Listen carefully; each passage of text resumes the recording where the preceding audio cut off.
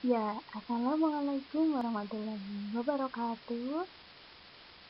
Semoga kalian semua dalam keadaan sehat walafiat. Oh iya, jangan lupa di keadaan pandemi seperti ini, kalian harus selalu menjaga kesehatan dengan cara memakai masker, makan makanan yang bergizi, serta social distancing. Jangan lupa juga saya mencuci tangan dan selalu mandi ketika habis keluar dari rumah. Jangan lupa pakai hand sanitizer juga. Nah, mulai hari ini kita akan membahas materi mengenai induk-induk akhlak terpuji ya. Jadi semoga kalian semua memperhatikan penjelasan dari ibu ya. Oke. Oke, let's go. Kita akan melanjutkan materinya, yaitu induk-induk akhlak terpuji. Yang pertama adalah berani dalam segala hal yang positif. Artinya, kita harus selalu memiliki keberanian, memiliki nyali ketika dalam membela segala hal-hal yang benar atau hal-hal yang positif. Yang kedua, adil dan bijaksana dalam menghadapi dan memutuskan sesuatu. Seperti sebuah pepatah mengatakan bahwa janganlah kamu mengambil sebuah keputusan dalam keadaan sedih maupun senang. Yang ketiga, mendahulukan kepentingan orang lain daripada kepentingan diri sendiri. Tentu jelas ya, kita semua tidak boleh menjadi pribadi yang egois. Kita harus mementingkan kepentingan orang lain terlebih dahulu. Yang keempat itu pemurah dan suka menafkahkan hartanya, baik pada waktu lapang maupun susah. Ya, sedekah itu adalah sebuah perbuatan yang wajib. Itu pun kita bersedekah tidak harus dengan harta, kita bisa bersedekah dengan perbuatan, dengan hal-hal yang lainnya. Selanjutnya itu adalah ikhlas dalam melaksanakan setiap amal perbuatan. Ya. Berarti kita di sini tiap melaksanakan apapun itu harus ridho, harus karena Allah. Selanjutnya itu cepat bertobat dan meminta ampun kepada Tuhan. Dan yang terakhir itu jujur, benar, dan amanah.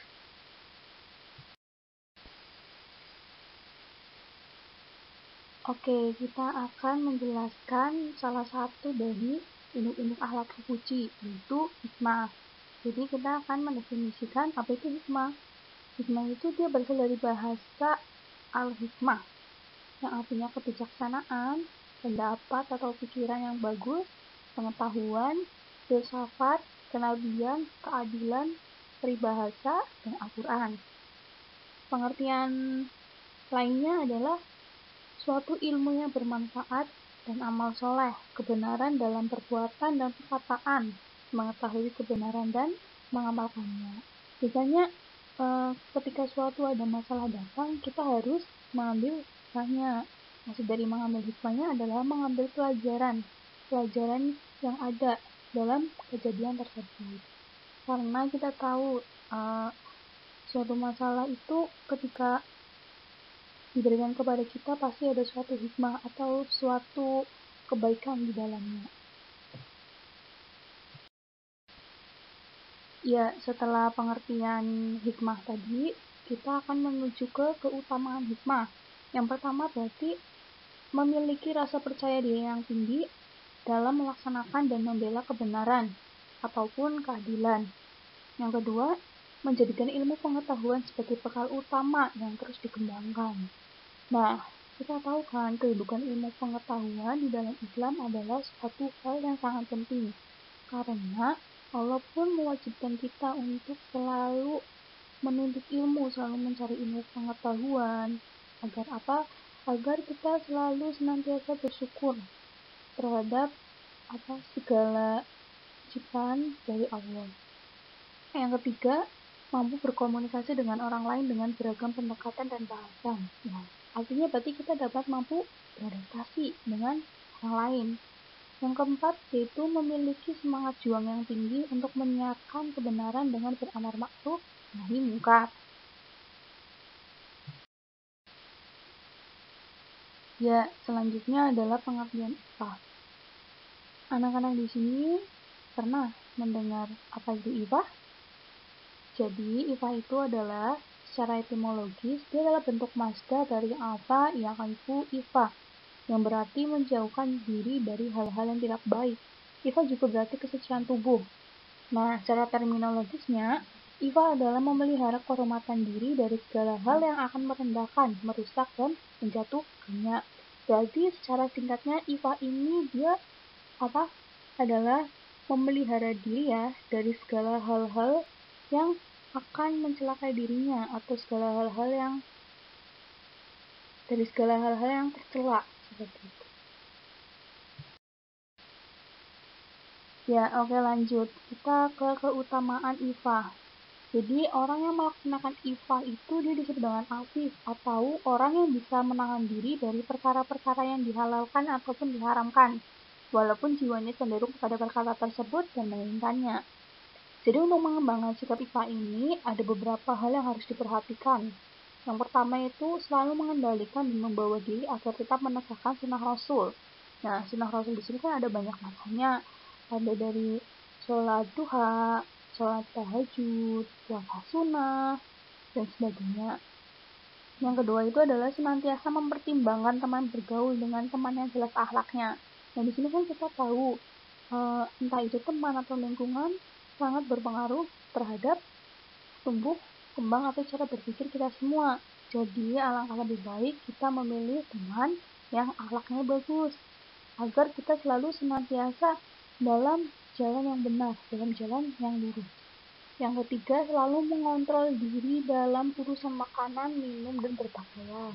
Nah, di sini biasanya kebanyakan pada makan secara rakus, minum berdiri, berpakaiannya berlebihan, seperti itu. Jadi, untuk hal tersebut, mari kita kontrol ya.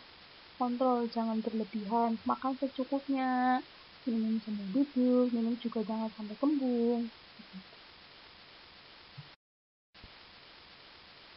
Nah, sekarang pengertian syaja'ah.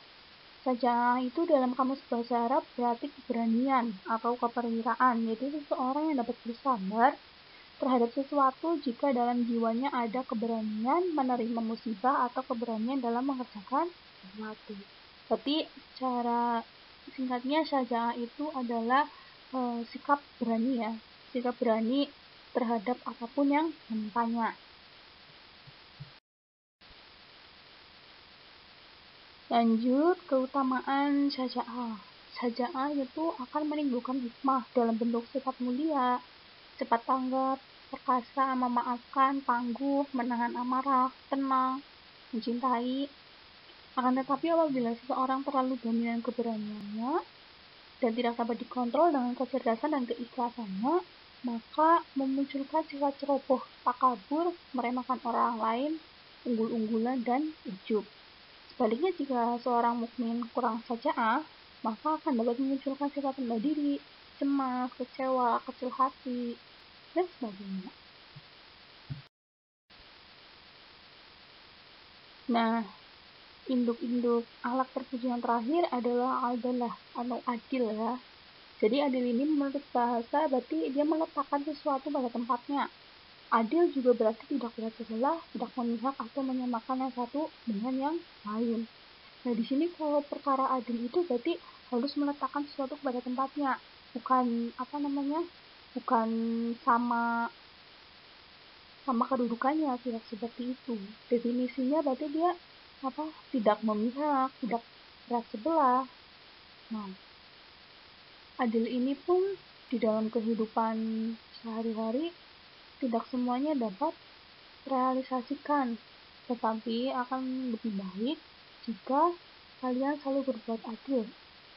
Entah itu adil sejak dalam pikiran, lalu diucapkan, serta dilaksanakan dalam perbuatan.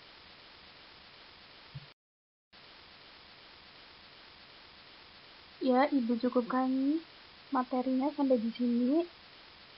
Untuk selanjutnya kalian bisa mempelajarinya lagi, ya, atau kalian bisa mencari referensi-referensi dari buku lain, dari jurnal, bisa juga. Nah, terima kasih sudah memperhatikan. Mohon maaf bila ada salah kata atau ada penjelasan yang kurang jelas ya. Nanti bisa ditanyakan. Sekian dari Ibu. Jangan lupa selalu cuci tangan, memakai masker, dan social distancing ya, karena di masa pandemi ini kesehatan tubuh harus benar-benar dijaga. Oke, sekian dan terima kasih. Wassalamualaikum warahmatullahi wabarakatuh.